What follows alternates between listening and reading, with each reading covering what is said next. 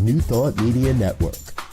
We are a global broadcast network of positive music, media, and entertainment, inspiring humanity's evolution along the journey of enlightenment and creating a world of love, peace, empowerment, and prosperity for all.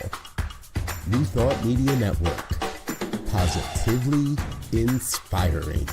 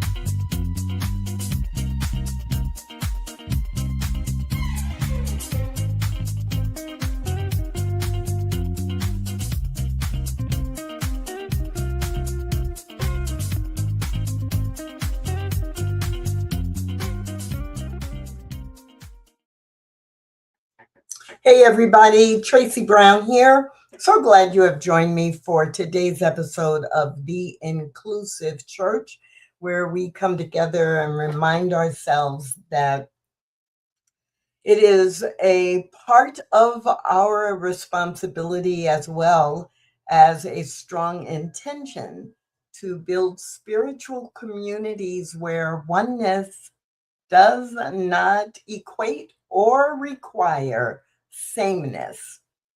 So this month, I've been focusing on young adults, like this idea of more young adults, please, because so many places I go and so many leaders I talk to around the globe are concerned about bringing in and totally engaging people who are in their 20s, 30s, and 40s. And so we get an opportunity to focus on that this month. What are some things to think about? What are some things to remember? And what are some things to try? Now, if you are so inclined, I invite you to follow Anita's lead and say hello. And if you want to tell us where you're dialing in from or viewing from, that's great too. But even if you don't want to do either of those things, as we go through the next 25, 30 minutes, if you have examples that you want to share, or if you have questions you want to ask, please feel free to drop them into the comment section or the chat section, depending on which platform you are viewing from. So let's dive in. Today, the working title is Attendance or Belonging, or how do we move from simply having young adults attend an event or a Sunday service to actually experiencing or feeling like they are experiencing belonging? In other words, what are some things we need to keep in mind if we want to build communities where young adults actually want to join, want to be involved, want to be engaged, and want to call your church their home. So many churches actually focus a lot on attracting visitors, attracting new people of different age groups, different ethnicities, different identity groups, and don't invest enough energy in really helping people form genuine relationships. And with young adults, I'm to a certain degree with all age groups, but in this case, because we're focusing on people in their 20s, 30s, and 40s, the younger the group is, the more important relationships are. Relationships are important to all of us, but if we are talking about bringing in and growing our communities of younger adults, then this genuine relationship needs to occur. With people who are in their 20s, we have to be really careful that we don't, if the majority of people in the congregation skew older, especially 60s, 70s, 80s, then we have to be really careful that the relationships that we are forming are not simply or not only a 20-year-old relating to their grandparents. Okay, just think about that, right? And so the relationship has to have some shared power, some shared value. And this is also why it's really hard to grow your young adult community if you only have one or two young adults, because they will develop relationship, and depending on their personalities, their interests, their employment, their profession, their education, they may or may not bond. But let's for this moment assume they bond, but then it's two people and they get each other, but they don't still feel like they belong in the larger community. So you want to invest in forming genuine relationships, because people in every age group have insights to share. People in every age group have questions to ask. People in every age group have their own perspective about what's going on in the world today.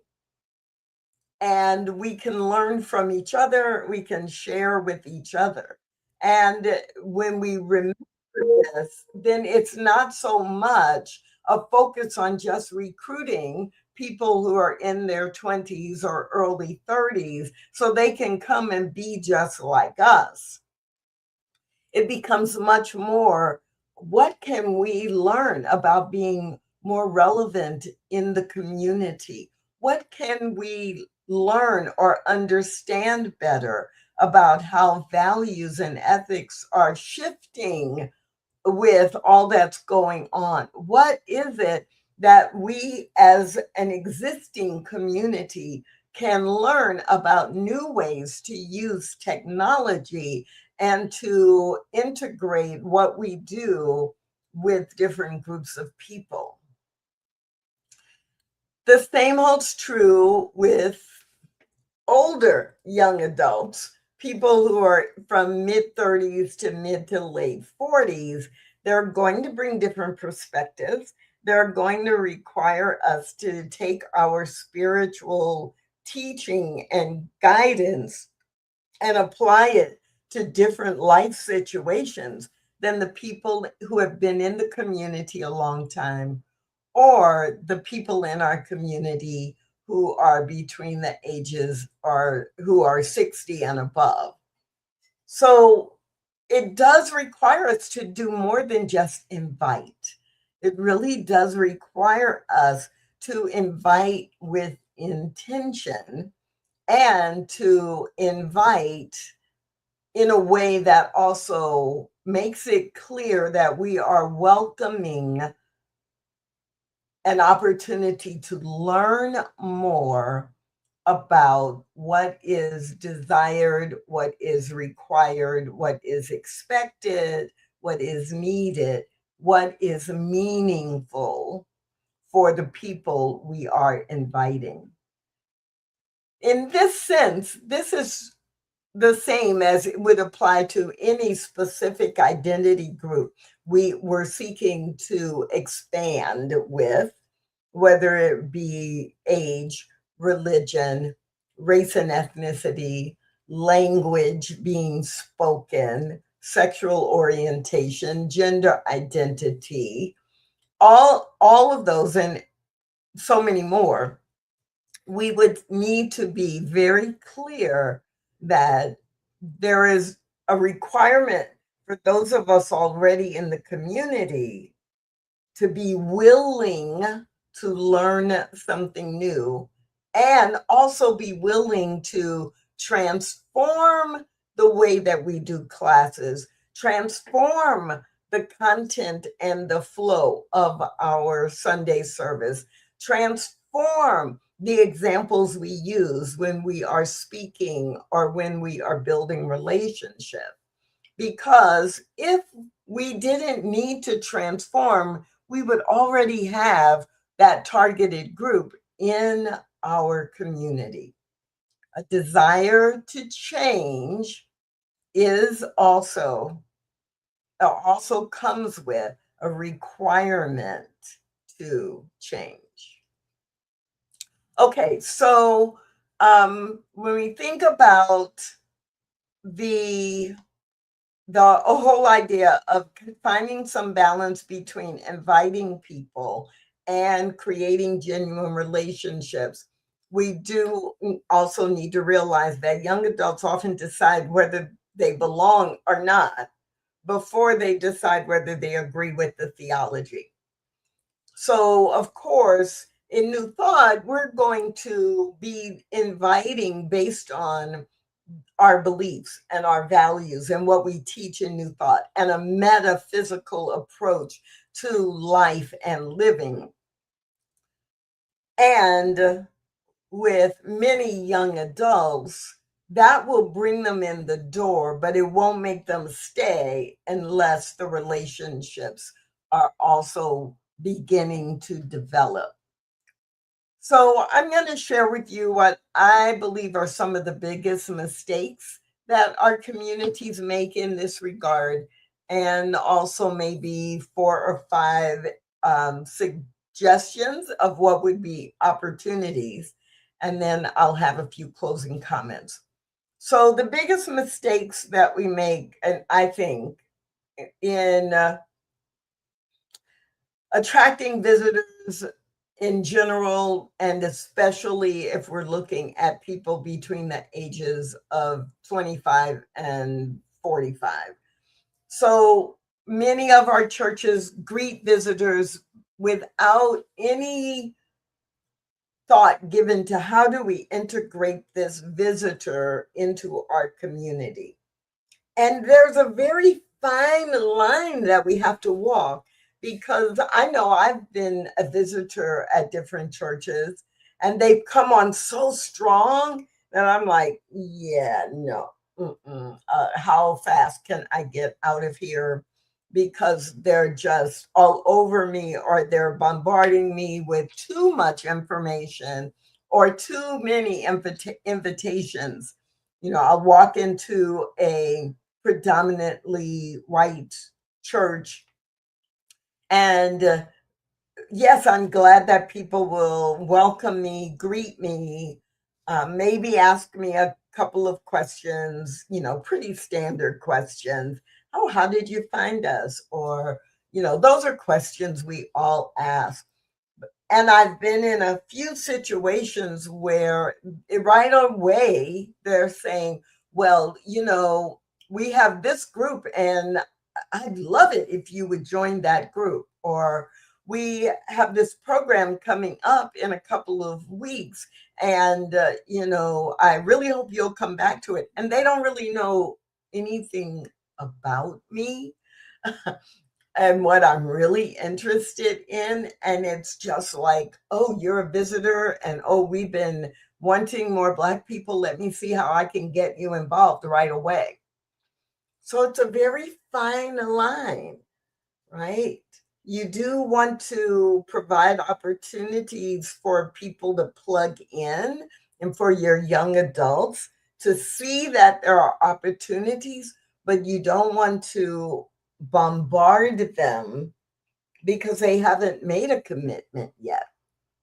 So it's a big mistake when we greet visitors without doing anything to integrate them, but it's also a big no-no if we greet visitors and we overwhelm them with information without engaging in some kind of conversation, or that in our form that people fill out so they can get on the mailing list, that maybe there's some options there, 6 or 7 or 8 things that happen regularly, so they know and they could check for more information about the weekly meditation group, or they could check if they want more information about the young adult program that you have, or they could check that they are really interested in community service or community outreach, so you know what information to begin to plug them into. Big mistake number 2, assuming everyone wants Sunday morning to be the central focus for their church or spiritual community. The younger the young adult is, the least likely they are going to want to design their engagement with your church around Sunday morning service. So this is not just for New Thought. This is a trend that's been demonstrated over and over again in Christian churches, in Judaism, and so it's not unique to us, but it is very true to our experience in New Thought as well.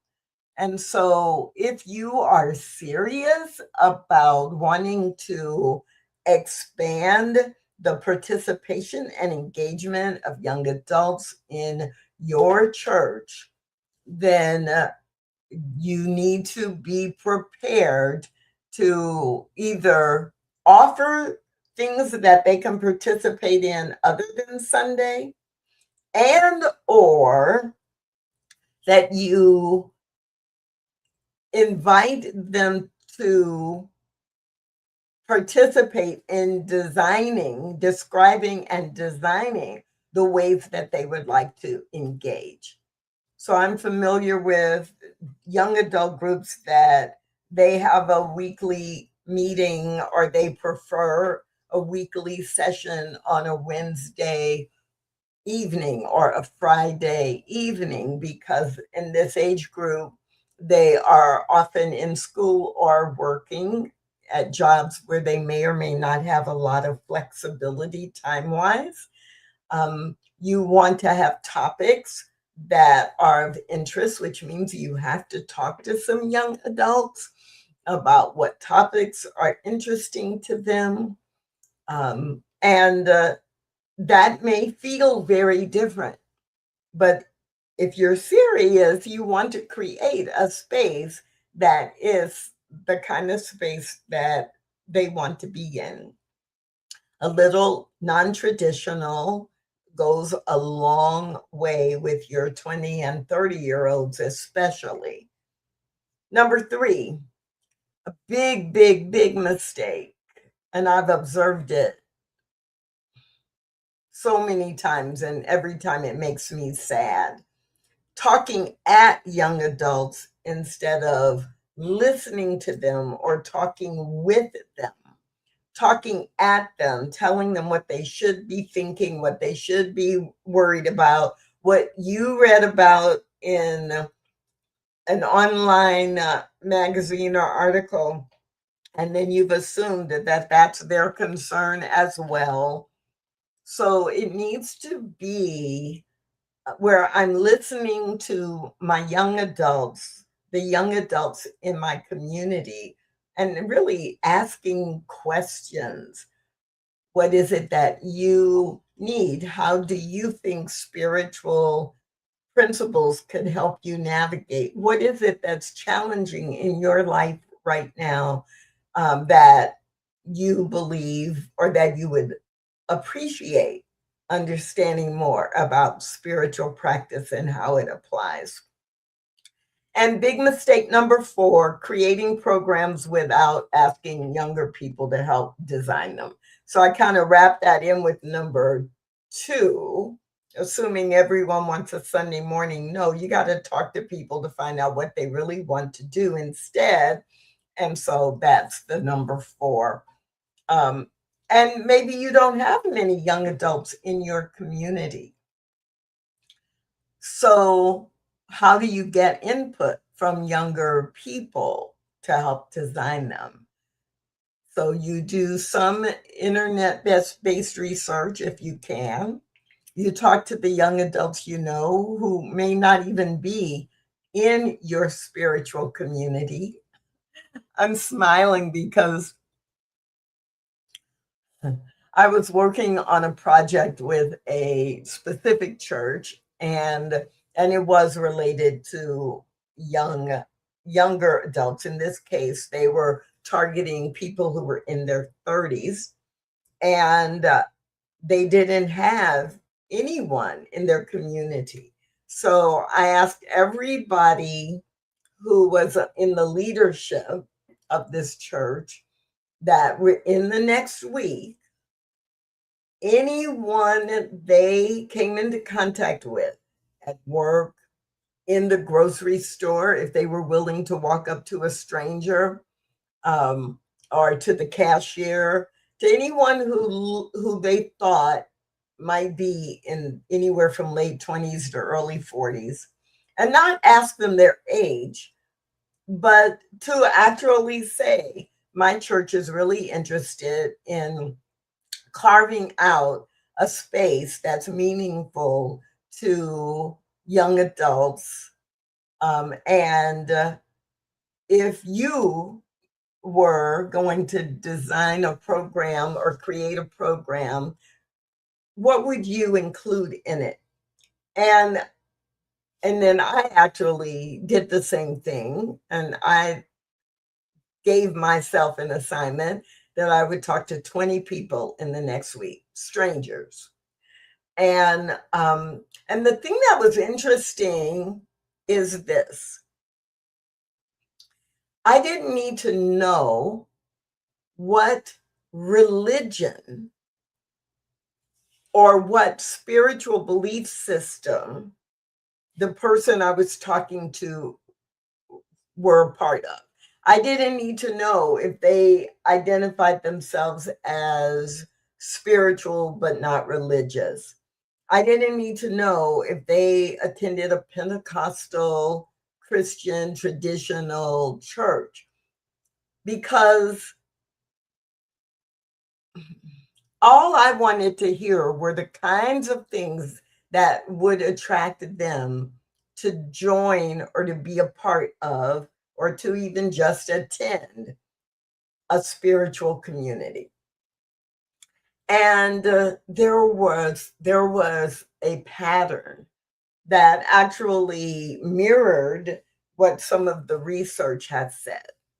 Over and over again, many people said to me and to the other leaders in this particular church, we heard over and over again that they didn't want to go sit in a stuffy church service with music and someone preaching at them.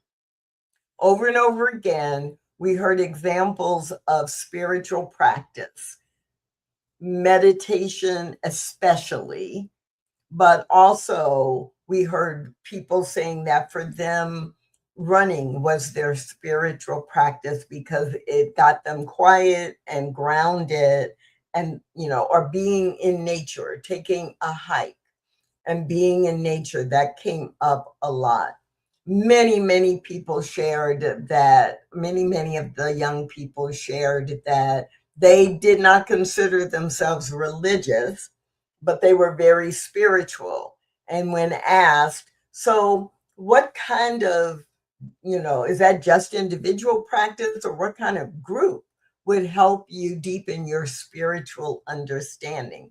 And they would say, oh, I would love to have a group of 10 or 12 people that we met on a regular basis and we talked about the spirituality and how we use our spirituality in our lives. So we got the same suggestions no matter what religion or not religion people identified.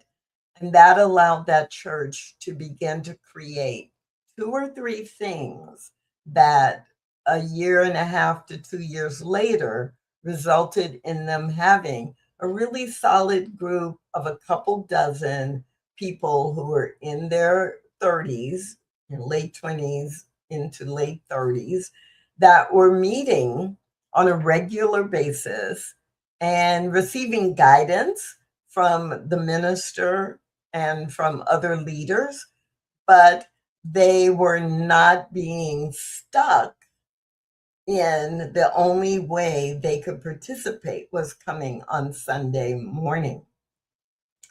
Some of you have heard me share before at my spiritual home community in Dallas that we have a young adult group now, but a few years ago we had a young adult group, and they decided they wanted to meet on Saturdays for brunch, right? That they had jobs all during the week, and on Friday night they either wanted to rest or they wanted to go out and party with their friends. And but Saturday brunch would be a great time to meet. And they had brunch and mimosas. Brunch and mimosas once a month, twice a month. I'm not remembering now whether they met more frequently. I think they met more frequently than once a month. But it was brunch and mimosas, and they took turns, like who would bring the food for lunch, for brunch, but always mimosas. So champagne and orange juice, and obviously, if you didn't drink alcohol, you could have orange juice. And sometimes they would bring other things as well. But it was fabulous, and they chose the topics, but it was always a topic like, how do we, this is a challenge, and how can understanding spiritual truth or spiritual practice help us navigate this very common challenge that we have as young adults. And it was great. It was great and went on for a long time. COVID, of course, had an impact on the group as it did with everything else. So, 4 big mistakes: greeting visitors without integrating them, or greeting them and inundating them or overwhelming them with ways that they should be involved. Number 2, assuming that Sunday morning service is the most important or most attractive offering. 3, talking at them instead of with them and listening. And 4, making sure that their voices are in the lead, or at least are providing valuable input. When we don't do that, we're making a big mistake. So what are some things that you can do? I've woven some of these into what I've already shared. Peer-led discussion groups. Maybe number 1 of the 5 I'm going to share with you. peer-led discussion groups. Now, this does not mean that you don't have someone older or someone with great experience, because it's not a social, it is social, but it's not a social group as the primary thing.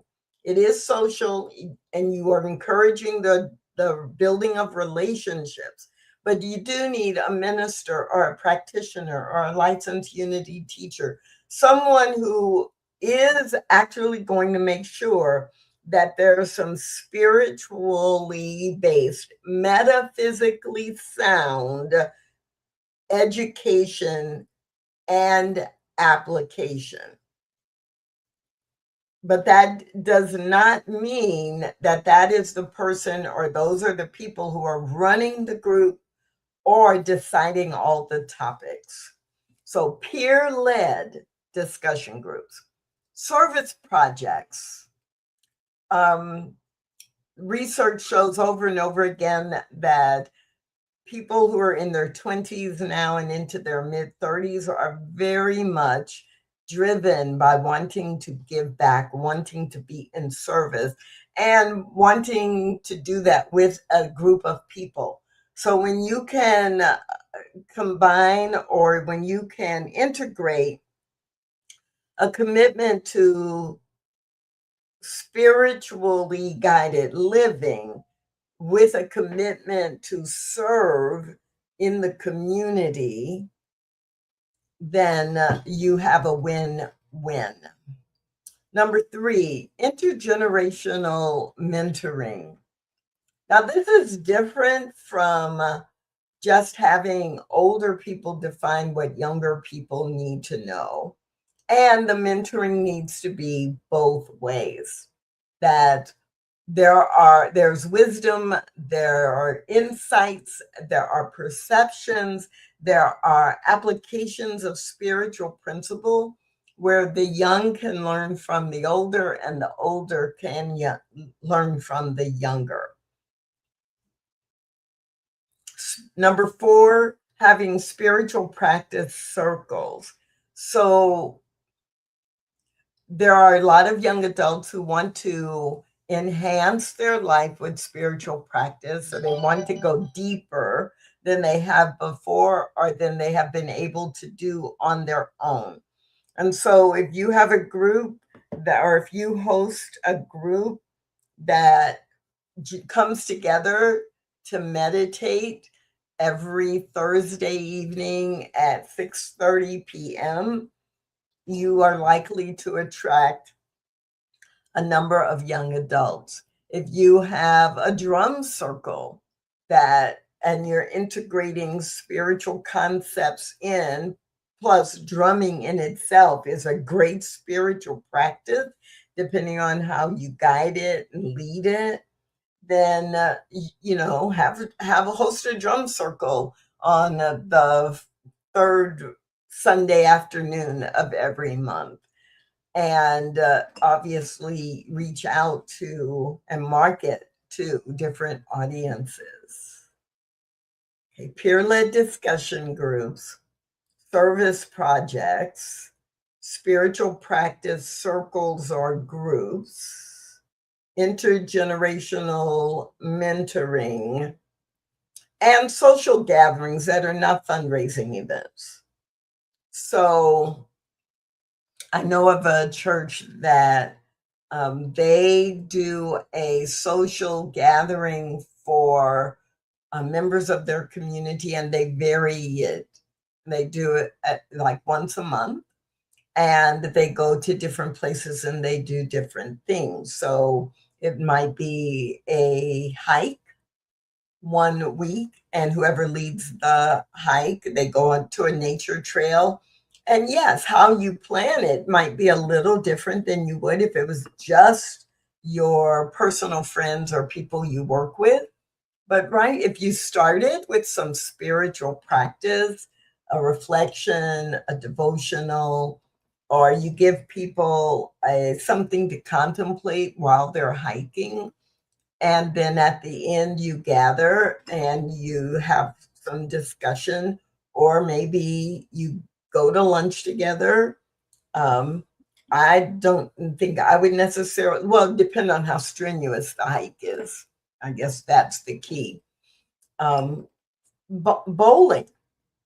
I was talking to someone just in the last week, and they said they have a group that from their church that meets and goes bowling, and they chose bowling because they wanted it to be a physical activity, but they didn't want it to be super demanding physically. And while they're at bowling, right, they can have food. People who drink alcohol can drink alcohol, and people who don't can have other things to drink. But it's social, and it's things that for young adults to have a group to go do things with can really help. A monthly dinner works as well, a potluck event. Um, a church that I'm very familiar with hosted a roller skating party for families.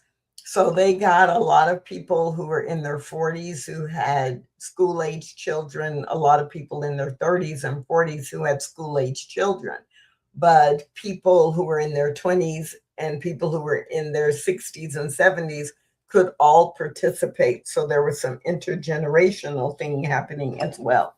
So you could have a group that plans a monthly social gathering just to build more relationship with people in your community. So I hope these are giving you some ideas of things that you might do in your community.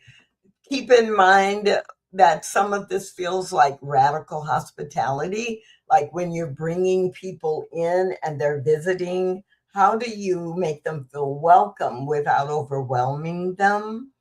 All of it is grounded in having authentic conversations, not just based on the research, but really getting to know what the people who are coming to your community are looking for. All of this is based on what is it that creates or that invites people to be vulnerable and still feel that they are in a safe environment to be themselves. And with young adults, we really, really have to think about the small group experience and how to engage them in leadership in appropriate ways. So these are just some things for you to think about of how you can build a bridge between people simply visiting to attending, and then from attending to being a real part of the community where they begin to feel like this community is their home as well, their spiritual home as well. Even though this is the last Tuesday in July, because I was traveling last week, I am going to do one more session that is focused on more young adults, please. More young adults, please. And so next week, I'm going to talk about the fact that the young adults who are part of your community, they're not just the future of the church. How can we behave that it's clear they are a significant and very valuable part of the church right now?